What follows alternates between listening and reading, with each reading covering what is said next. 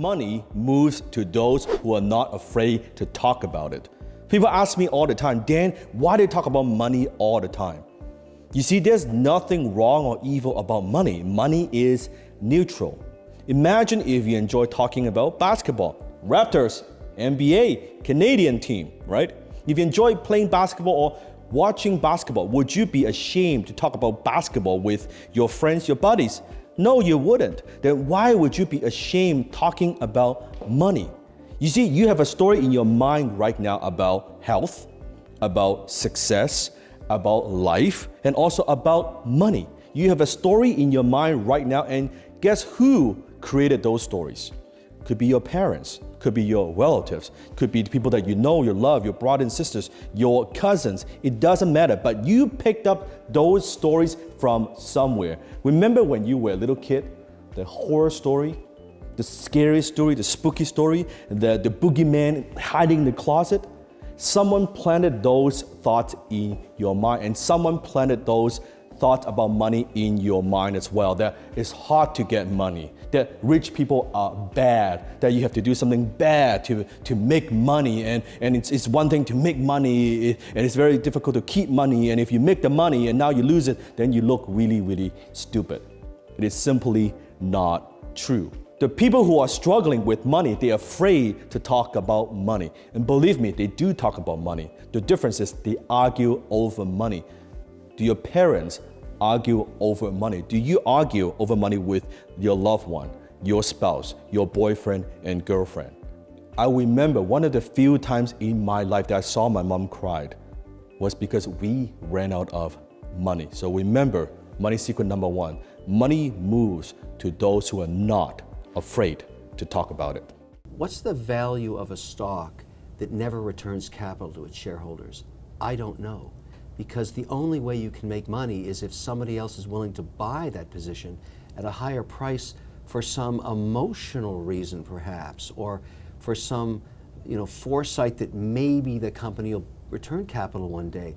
And I think of when you learn as an investor over multiple decades is the only thing that matters is free cash flow. That's it. There is no other reason to own a stock. And with that philosophy, it brings you into a place where you focus on a company's ability to generate incremental cash flow, because just owning a dividend-paying stock is not good enough, because let's say we find a stock today that's paying a 3% dividend yield, and tomorrow, because its forecast for sales get cut in half, the stock drops by 50%. Now it's yielding 6%. I don't want to own that stock either. So my tests in this index that I've created with FTSE Russell looks at the balance sheet.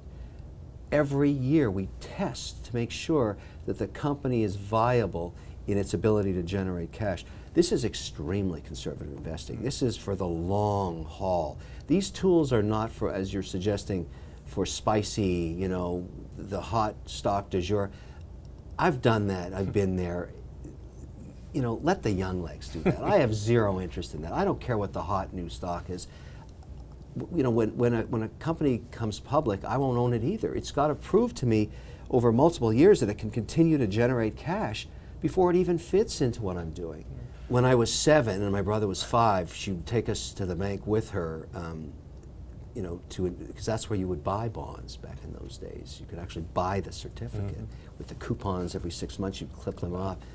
She'd say to us, boys, never spend the principal, only the interest. I had no idea what she was talking about. That's all I do today. In my world, you never touch your principal.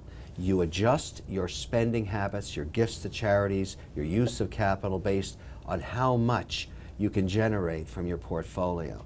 I view my portfolio and my trust and my positions as a chicken on a spit dripping cash. Everything has to generate yield, whether it's a fixed income position or an equity. It has to, the only reason it can be in my world is it's generating capital back to me. I take that, I disperse it. The family lives off that, the charities I've committed to. So I'm always looking for a company that can help me with my problem of generating more yield. Everything that, I can't even imagine buying a stock that doesn't pay a dividend. Why would you do that? What would be the reason you would do that? I don't get it. So to me, that means about 28% of the market, to me, is just speculation. A stock that doesn't pay a dividend is a speculation. It's not an investment. Most people are addicted to the paycheck. And the paycheck is one of the most sinister plots ever pulled upon a human being. If you need a paycheck, you've sold your soul. You've sold your body, your mind, your spirit, and your emotions. You sit there in fear of losing your job, or can I get a raise, or will I get promoted? I mean, and then why would you do that? Another thing about the reason we endorse network marketing, we don't think of it as a network marketing, we think of it as entrepreneur development. Because if you need a paycheck, this is not your business. We build businesses. So sometimes when Kim and I do a deal, we may not receive a paycheck for 5-6 years. And so these guys come, oh, am I going to get rich quick? And some people do, I don't know if you do or not. But that is an employee, get rich, loser mindset.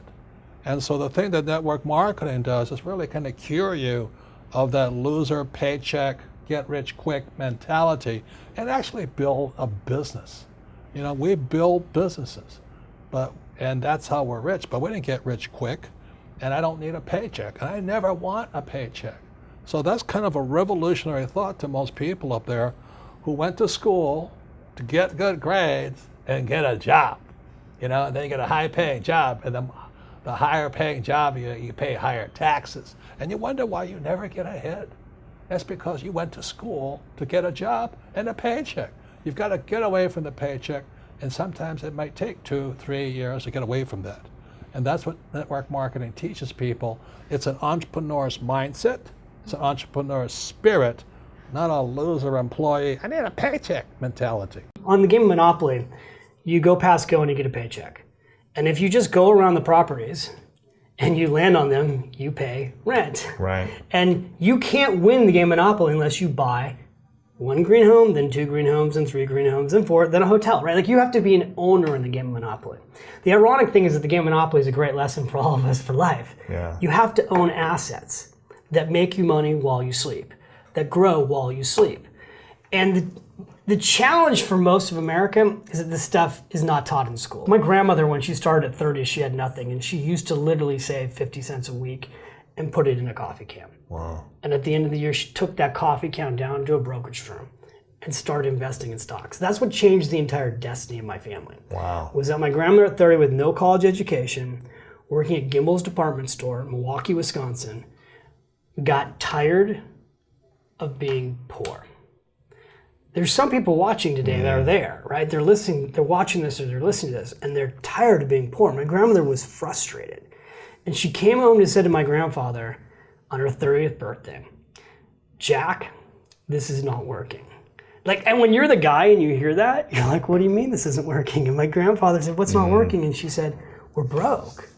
We don't have any money. And to my grandmother's credit, she decided to do something about it.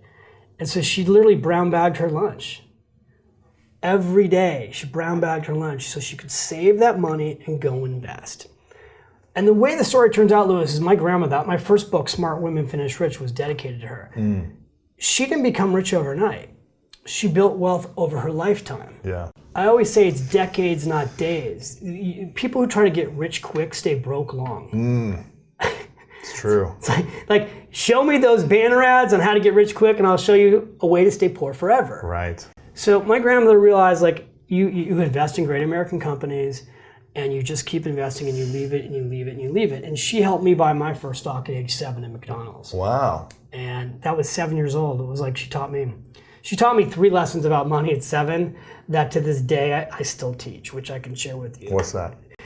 So at 7, we're sitting at McDonald's and she says, David, you can get rich at McDonald's. And I looked at her, I'm like, Grandma, I'm eating my cheeseburger and my French fries and I have my apple pie. I said, what are you talking about? And she's like, I'm not having you getting a job here. She's like, see those people over there? They're working for what's called minimum wage. And I think back then minimum wage was like $1. Nothing. And she said, it's very hard to make a living on minimum wage. She said, then there's people like you right now, like all these people are coming here and they're eating and they're spending money. That's called a spender. And she said, then there's some people who own this place and owners get rich.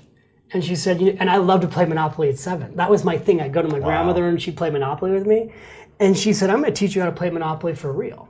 And she took me home that day. She opened up the Wall Street Journal. She circled MCD. That's the symbol still to this day for McDonald's.